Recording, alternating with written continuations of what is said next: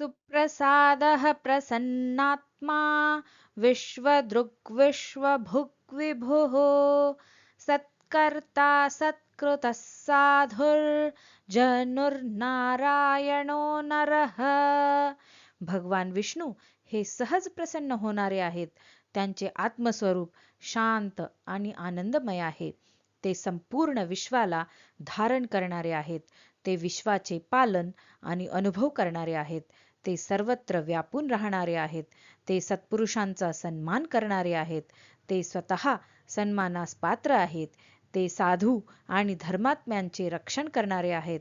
ते जन्नू नावाने प्रसिद्ध आहेत. ते नारायण आहेत आणि नररूपाने प्रकट झालेले आहेत. असंख्येयो प्रमेयात्मा विशिष्टः शिष्टकृच्छुचिः सिद्धार्थः सिद्धसंकल्पः सिद्धिदः सिद्धिसाधनः. भगवान विष्णू हे असंख्य स्वरूपांनी युक्त आहेत.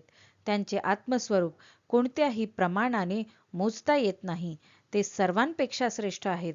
ते सज्जनांचे पालन करणारे आहेत आणि पवित्र स्वरूप आहेत. ते सर्व उद्दिष्टे पूर्ण करणारे आहेत. त्यांचा संकल्प सदैव सिद्ध होतो. ते सिद्धी देणारे आहेत आणि सिद्धी प्राप्त करण्याचे साधन आहेत. वृषा हि वृषभो विष्णुर्वृषपर्वा वृषोदरः वर्धनो वर्धमानश्च विविक्तः श्रुतिसागरः. भगवान विष्णू हे धर्मस्वरूप आहेत. ते श्रेष्ठ आणि बलवान आहेत. ते सर्वत्र व्यापणारे आहेत. ते धर्माच्या मार्गाचे आधार आहेत. ते धर्माला धारण करणारे आहेत. ते सर्वांची वृद्धी करणारे आहेत आणि सतत वाढत जाणारे आहेत. ते सर्वांपासून स्वतंत्र आणि विलक्षण आहेत. ते वेदस्वरूप ज्ञानाचा अथांग सागर आहेत. सुभुजो दुर्धरो वाग्मी महेंद्रो वसुदो वसुः नैकरूपो बृहद्रूपः शिपिविष्टः प्रकाशनः. भगवान विष्णू हे सुंदर आणि सामर्थ्यवान भुजा असणारे आहेत. त्यांना धारण करणे किंवा समजणे अत्यंत कठीण आहे. ते उत्तम वाणी असणारे आहेत. ते महान इंद्रस्वरूप आहेत.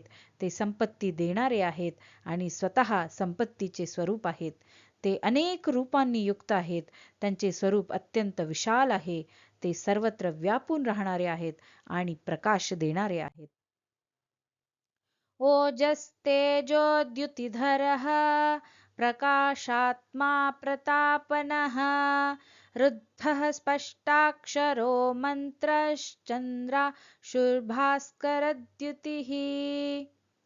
ओजस्तेजोद्युतिधरः प्रकाशात्मा प्रतापनः रुद्धः स्पष्टाक्षरो मंत्रश्चन्द्रांशुर्भास्करद्युतिः. भगवान विष्णू हे ओज, तेज आणि दिव्य कांती धारण करणारे आहेत. ते स्वयंप्रकाशी आत्मस्वरूप आहेत. ते आपल्या तेजाने सर्वांना प्रभावित करणारे आहेत. ते समृद्ध आणि पूर्ण आहेत. त्यांचे स्वरूप स्पष्ट आणि शुद्ध अक्षररूप आहे. ते मंत्र स्वरूप आहेत.